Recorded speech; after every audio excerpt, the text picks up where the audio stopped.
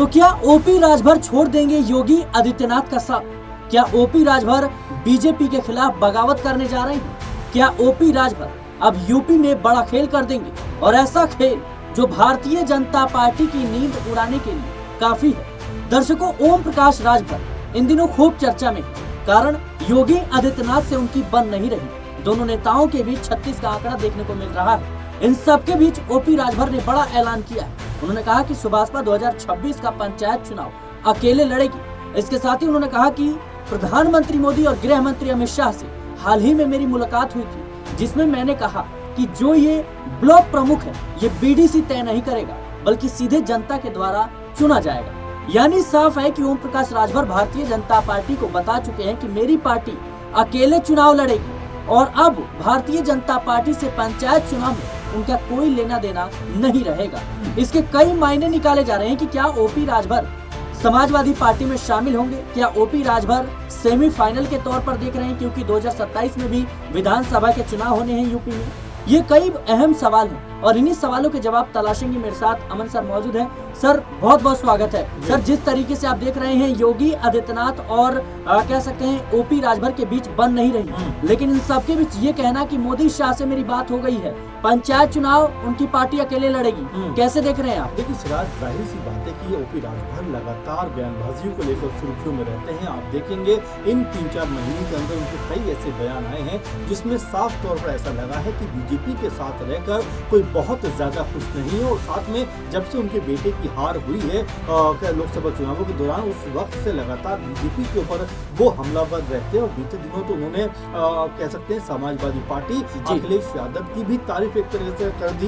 तो ये संकेत मिल रहे हैं कि क्या वो बीजेपी का दामन छोड़ सकते हैं। और साथ में अब्बास अंसारी का जब से मामला निकलकर सामने आया है, उसके बाद से ऐसा लगता है कि अपने विधायक को बचाने के लिए वो बड़ी लड़ाई लड़ने को तैयार है। और साथ में ये भी कहते हुए दिखाई पड़ रहे हैं कि भाई जिस तरह से जो चुनाव, पंचायती चुनाव होने वाले हैं, उसमें हम अकेले दम पर चुनाव लड़ेंगे। यानी एक तरीके से उन्होंने दिखा दिया है या बता दिया है कि बीजेपी के सहारे वो राजनीति नहीं करने वाले हैं, बल्कि अपनी एक अलग राह बनाएंगे। आपने देखा भी होगा कुछ समय पहले उनका ये कहना कि भाई मैं जो पार्टी बनाया हूँ इसलिए बनाया हूँ ताकि मैं एक दिन सूबे का मुख्यमंत्री बन सकूं। तो इस तरह की उनकी महत्वाकांक्षाएं हैं, और लगातार अपने आप को कह सकते हैं बयानों के जरिए वो सुर्खियों में हमेशा रखते चले हैं। आपने देखा कि चाहे योगी जी को लेकर बयान हो या मोदी जी को लेकर बयान हो, लगातार ओपी राजभर बयानबाजी करते हैं, और ये भी बताने का प्रयास करते हैं कि भाई मेरी राजनीति जो है वो मेरे दम पर है, मेरे वोटर्स मेरे साथ में नजर आते हैं। और यही वजह है कि 4-5 चीजें निकाल कर कहीं ना कहीं अपने आप को वो मजबूत नेता बताते हुए दिखाई पड़ते हैं। लेकिन अब कहानी में जरा ट्विस्ट आ जाता है, क्योंकि अब तक वो सपा के साथ रहे अगर बीते चुनावों की बात की जाए, लेकिन अब बीजेपी के साथ जब से आए हैं, आप देखिए लोकसभा चुनाव वो लड़ते हैं, 1 सीट उनको मिलती है, जबकि उससे पहले 4-5 सीटों की मांग वो करते हुए दिखाई पड़े। लेकिन बीजेपी ने कहा कि भाई हम आपको 1 सीट पर मौका दे सकते हैं, और घोसी की जो सीट है उसके ऊपर अरविंद राजभर को उतारा गया। नतीजा क्या रहा कि वहां पर अरविंद राजभर की बुरी तरीके से हार हुई। इसी के बाद ये बात कही जाने लगी कि ओपी राजभर को बीजेपी के साथ जाने के बाद पॉलिटिकल तौर पर बहुत ज्यादा नुकसान हुआ। आपने देखा कई जगह पर मुस्लिम लोगों ने भी उनका विरोध किया, और तमाम लोगों ने उनका विरोध किया। तो ये तमाम कारण जिसकी वजह से वो ओपी राजभर लोकसभा चुनाव के दौरान राजभर समाज के लोगों ने कहा कि राजभर तेरी खैर नहीं, मोदी योगी से बैर नहीं। बिल्कुल बिल्कुल यही बात मैं कह रहा हूँ कि अब उनको फिर ये याद आ रहा है कि अगर जमीनी स्तर पर चीजों को संभाला जाए, जमीनी स्तर पर चीजों को बेहतर किया जाए, तो उनकी पार्टी मजबूत हो सकती है। क्योंकि बीजेपी के साथ जुड़ने के बाद तमाम सारे जो वोटर्स उनके हैं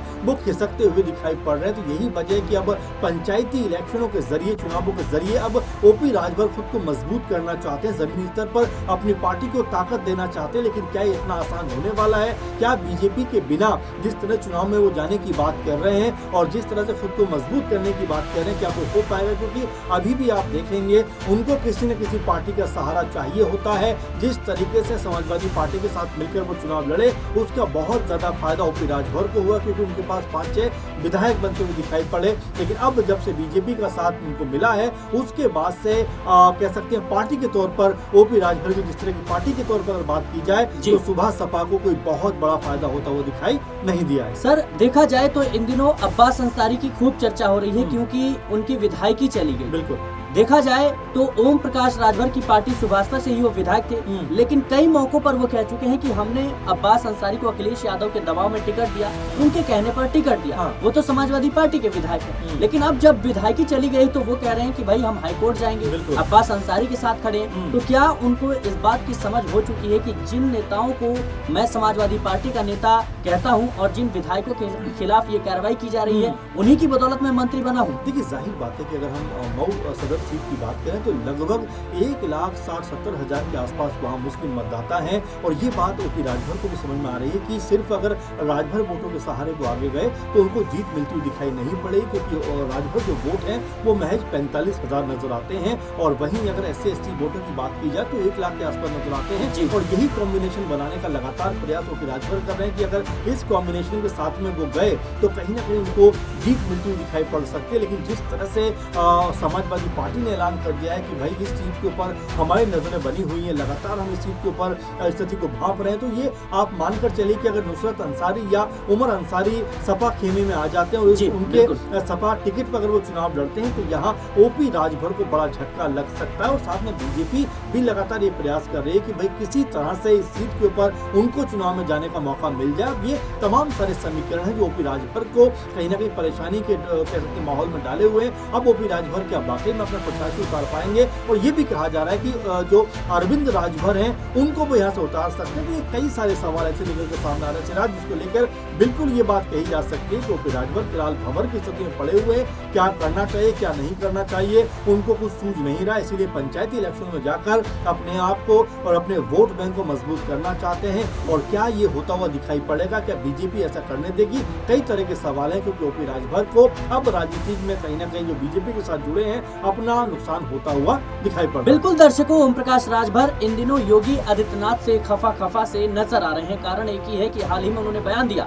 कि पीला गमछा पहनकर जाइए, किसी अधिकारी की मजाल नहीं है कि वो आपसे सवाल जवाब कर ले। दूसरी तरफ देखा जाए तो उनके कार्यकर्ताओं और पुलिस के बीच किसी बात को लेकर विवाद बढ़ जाता है, पुलिस जो है उन्हें पीट देती है। उसके बाद सुभाषपा की तरफ से बयान सामने आता है कि जिसको पीले गमछे से तकलीफ है हम उसकी आंखें निकाल लेंगे। तो वहीं योगी सरकार के मंत्री कहते हैं कि जो योगी सरकार को कह सकते हैं योगी सरकार की पुलिस को अगर आंख निकालेगा या आंख उठाकर भी देखेगा हम उसका कलेजा निकाल लेंगे। तो ये तमाम चीजें हैं जो इस बात का संकेत दे रही हैं कि जो सुभाषपा अध्यक्ष कह सकते हैं ओम प्रकाश राजभर हैं,